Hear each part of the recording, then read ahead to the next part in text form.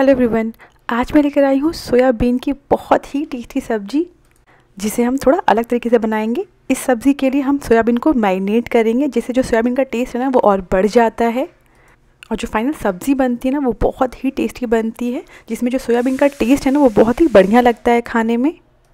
इसे बनाना भी बहुत आसान है, तो चलिए इसे बनाना शुरू करते हैं।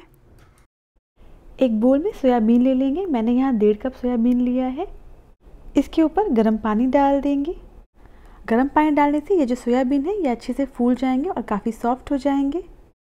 अब इन सोयाबीन को 15 मिनट के लिए गर्म पानी में ऐसे ही छोड़ देंगे। इसके बाद सोयाबीन के लिए मैरिनेशन बना लेते हैं। एक बोल में 1/4 कप दही डाल देंगे।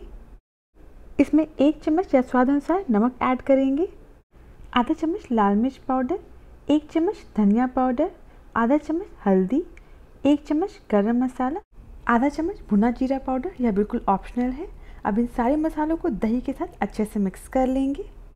अगर आप इस ग्रेवी को बहुत स्पाइसी नहीं बनाना चाहते हैं तो आप गरम मसाला और लाल मिर्च पाउडर की क्वांटिटी को थोड़ा कम कर सकते हैं। सारी चीज़ें अच्छे से मिक्स हो चुकी हैं। 15 मिनट हो चुके हैं। सोयाबीन के पानी को छान लेंगे और इसे ठंडे पानी से वॉश कर लेंगे। अब इस सोयाबीन का पानी निचोड़ लेंगे और इसे दही के मिक्सचर में डाल देंगे। ठंडे पानी से धो लेने से जो सोयाबीन है उसका टेम्परेचर नॉर्मल हो जाएगा और इसे निचोड़ना आसान रहेगा। सोयाबीन को दही के मिक्सचर के साथ अच्छे से मिक्स कर लेंगे। सारे सोयाबीन के पीसेस पर दही की कोटिंग हो जाए।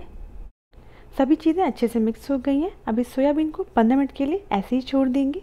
जब तक पनीर मैरिनेट हो रहा है तब तक प्याज टमाटर का मसाला तैयार कर लेते हैं। अब एक कढ़ाई में 2 से 3 टेबलस्पून ऑयल ले लेंगे। जब ऑयल गर्म हो जाएगा तब इसमें 1 तेज पत्ता, 1 इंच दालचीनी, 5 काली मिर्च, 3 लौंग, 2 इलायची और आधा चम्मच जीरा डाल देंगे। सारी चीज़ें अच्छे से चटकने लगी हैं। और आपको लगे बहुत ज़्यादा स्पाइसी हो सकती है ग्रेवी तो आप खड़े मसालों को थोड़ा कम भी कर सकते हैं या फिर स्किप भी कर सकते हैं। एक बार इन सभी कुछ सेकंड के लिए चला लेंगे। इसके बाद इसमें 2 बारीक कटा हुआ प्याज ऐड करेंगे। गैस की फ्लेम को मीडियम हाई कर देंगे और इसे बीच में चलाते हुए तब तक पकाएंगे जब तक ये जो प्याज है ना वो हल्का ब्राउन ना हो जाए। धीमी आंच पे नहीं पकाइएगा, वरना जो प्याज है ना वो पानी छोड़ देगा, उसे पकाने में बहुत ज़्यादा समय लगेगा। गैस की फ्लेम तेज़ है तो आप इसे बीच में जरूर चलाते रहिएगा, वरना जो प्याज है नीचे से लग सकता है। सो प्याज हल्का सा ब्राउन हो चुका है और बहुत अच्छे से सॉफ्ट भी हो चुका है। इसे हमें इतना ही पकाना है। अब इसमें 2 चम्मच अदरक लहसुन और हरी मिर्च का पेस्ट डाल देंगे। गैस की फ्लेम को लो कर दीजिएगा। इन्हें अच्छे से मिक्स कर लेंगे और मिक्स करने के बाद इन्हें 1 मिनट के लिए पकने देंगे। ध्यान रखिएगा अदरक लहसुन का पेस्ट डालते ही जो मिक्सचर काफ़ी ज़्यादा ड्राई होने लगेगा, तो गैस की फ्लेम को लो रखिएगा और अगर लगे मसाला जल रहा है तो गैस को बंद कर दीजिएगा।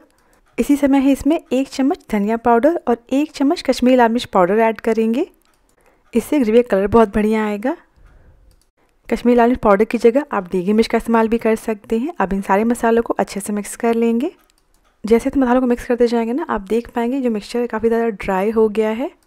जो मसाले हैं वो जले ना, इसके लिए हम इसमें 2 टमाटर का पेस्ट डाल देंगे और लो फ्लेम पर ही इन सारी चीज़ों को अच्छे से मिक्स कर लेंगे। फटाफट से मिक्स कर लेंगे टमाटर के पेस्ट को, तो जो मसाले हैं ना वो जलेंगे भी नहीं। अब इस टमाटर को हम तब तक पकाएंगे जब तक कि जो टमाटर है ना ये ऑयल ना रिलीज़ कर दे और पकने के बाद टमाटर की मात्रा भी आधी हो जाएगी। अब इसे हम ढककर पकाएंगे जिससे यह जल्दी पक जाए। बीच बीच में 1-2 बार चलाते रहिएगा। इसे पकते हुए लगभग 5 मिनट हो चुके हैं। अब ढक्कन हटा देंगे। टमाटर ने ऑयल रिलीज़ कर दिया और पकने के बाद इसकी मात्रा भी कम हो गई है। हमें इसे इतना ही पकाना है। अब इसमें हम जो हमने सोयाबीन मैरिनेट किया था ना उसे डाल देंगे और अब सारी चीज़ों को अच्छे से मिक्स कर लेंगे। मैरिनेट करने की वजह से जो सोयाबीन है ना उनका टेस्ट बहुत ही बढ़िया आता है। आप इस तरीके से बनाकर देखिए, हर किसी को बहुत पसंद आएगा। जब हम डायरेक्ट सोयाबीन का इस्तेमाल करते हैं और इस तरीके से मैरिनेट करके जब हम सोयाबीन बनाते हैं ना तो दोनों का टेस्ट थोड़ा अलग होता है। अब इसे हम लो फ्लेम पे ढककर 2 से 3 मिनट के लिए पकने देंगे। लगभग 3 मिनट हो चुके हैं। ढक्कन हटा देंगे। सोयाबीन मसालों के साथ अच्छे से मिक्स हो चुका है। सोयाबीन मैरिनेटेड था जिसकी वजह से इसने थोड़ा पानी भी रिलीज़ कर दिया है। इसे एक बार अच्छे से चला लेंगे। अब गैस की फ्लेम को मीडियम कर देंगे और जितनी ज़रूरत लगे उस हिसाब से इसमें ग्रेवी के लिए पानी ऐड करेंगे।